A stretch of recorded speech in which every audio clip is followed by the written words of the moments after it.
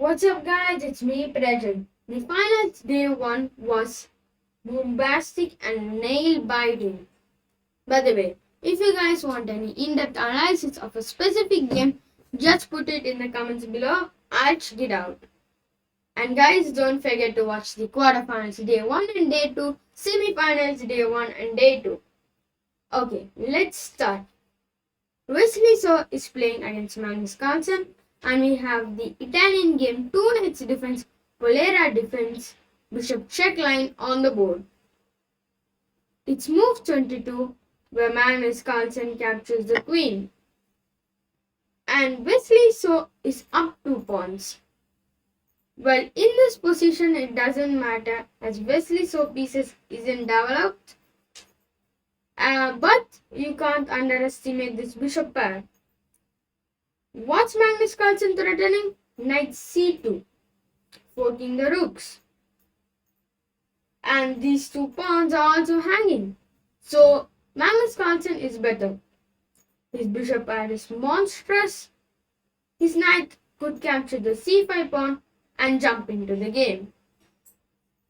Here, Wesley So should consider 3 candidate moves. Number 1, b6, another knight c3, and the last one is bishop c4. If b6, then bishop moves to d8, bishop to b2, attacking the knight. And here there's a tricky variation. If knight c2 is played, then bishop c4 check. The king can't move, so he's forced to give up material. Captures, captures, captures. And Wesley So is better. This is the trick I was talking about. Instead, black's best try is bishop f6. Knight d2, then knight c2 forks the rooks. So b6 doesn't work. The next line is knight c3. Knight c3. Here knight c2 doesn't work because then comes bishop c4, king to h8, bishop b2, aligning the bishop to the king. King to g7, trying to get some space.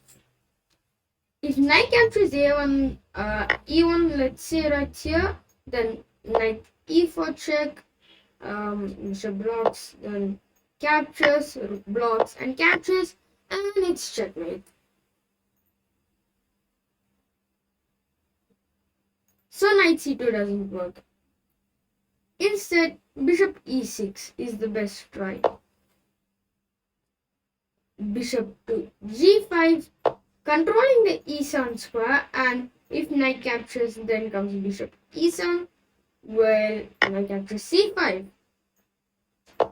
Bishop e7, bishop b6, captures and captures. The position is okay. Wesley has a bishop and a knight for a rook. It's better for Magnus Carlsen. And the last move which Wesley So played is bishop c4 check. First of all, this isn't good. Bishop e6 is coming up. If your bishop moves to f1 again, then this bishop is way better than the bishop on f1. So you're forced to capture. After captures, knight captures, rook captures, and knight captures c5. The problem with rook captures c6 is bishop e5 and you lose your rook. So rook e2. While Magnus Carlsen plays a simple move, rook f8. And Wesley So lost the game and Magnus Carlsen went on to win the game. Here's a variation. Rook captures e8, check, rook captures e8, knight to d2, freeing up the space, rook e1 check, knight to f1, bishop to e5 attacking the rook, rook to b1 captures, if rook captures then rook captures c1.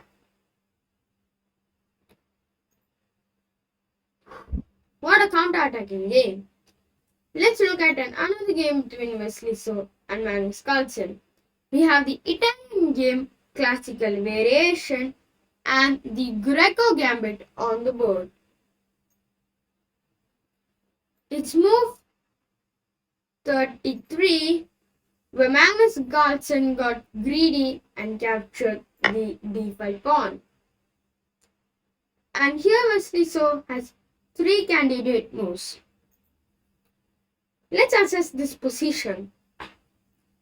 Here the bishop on d4 is better than the rook on e1 because it could break up the power of the rooks by playing bishop e5, and it controls a lot of vital squares, which is very important for white. Let's say we have a bishop and the rook ending. The king is forced to waste the tempo and bring it into the game.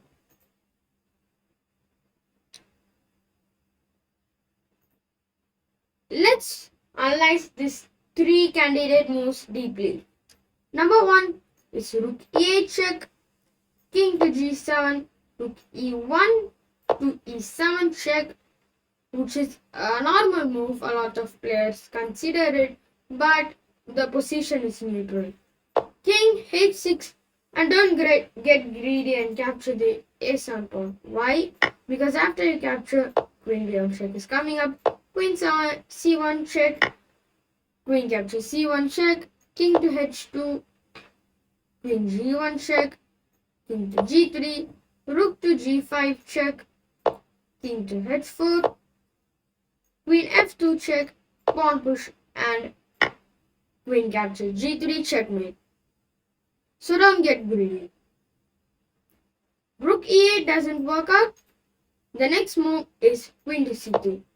You are preparing the move queen e2 and trying rook check. Well, this doesn't work out. You put yourself in the pin. Rook e5, exploiting the pin, queen to b1. The rook is supporting the queen, so now you could capture. Rook captures e4, queen captures e4, captures, and the position is neutral.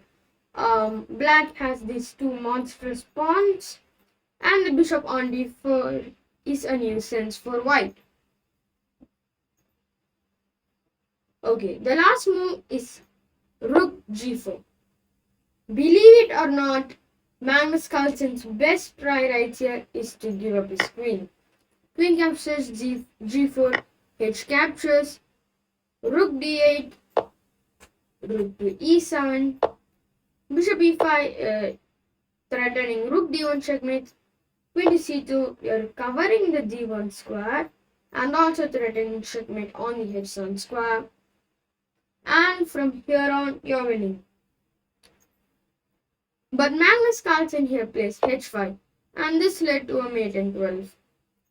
Rook e8 check, king to h7, rook e7 check, king to h8, queen to c1, preparing queen h6 check, queen to g5, rook captures g5, rook captures g5, queen to f4, preparing queen b8 check, bishop to e5, queen to a4, b5, and from here on, Wesley So was winning and Magnus Carlsen lost the game. Okay guys, hope you like this video. Don't forget to subscribe. Kaching!